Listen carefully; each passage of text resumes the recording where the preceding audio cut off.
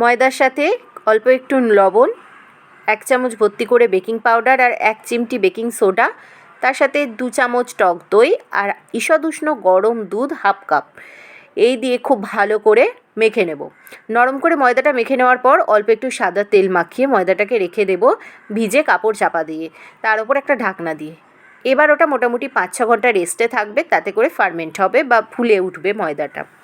এবার প্যানের মধ্যে বেশ কিছুটা সর্ষের তেল গরম করে বা সাদা তেলও ব্যবহার করা যায়, তার মধ্যে ছোটো ছোটো করে কেটে রাখা পনিরের টুকরো, ওপর দিয়ে লঙ্কার গুঁড়ো, কাশ্মীরি লঙ্কার গুঁড়ো, কাসৌরি মেথি আর তন্দুরি মশলা দিয়ে ভালো করে ভেজে, তার সাথে অল্প একটু পেঁয়াজের কুচি দিয়ে আবারও কিছুক্ষণ ভাজাভাজি করে নেওয়ার পর লম্বা লম্বা করে কেটে রাখা ক্যাপসিকাম এবং টমেটো দিয়ে আবারও কিছুক্ষণ নাড়াচাড়া করে একটু পোড়া পোড়া মতো করে নিতে হবে।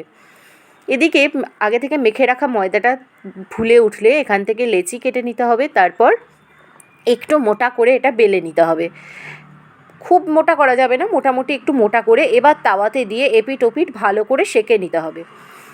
মোটামুটি সেঁকা হয়ে গেলে ওপর দিয়ে বেশ কিছুটা বাটার ব্রাশ করে দিতে হবে, দুপিঠে ভালো করে বাটার ব্রাশ করে নামিয়ে নিতে হবে। এবার এর মধ্যে দিয়ে দিতে হবে নুন আর অল্প একটু চিনি দিয়ে ফেটিয়ে রাখা টক দই, তার উপর দিয়ে দিতে হবে পনির, টমেটো এবং ক্যাপসিকাম পেঁয়াজের যে মিশ্রণটা রেডি করা ছিল সেটা।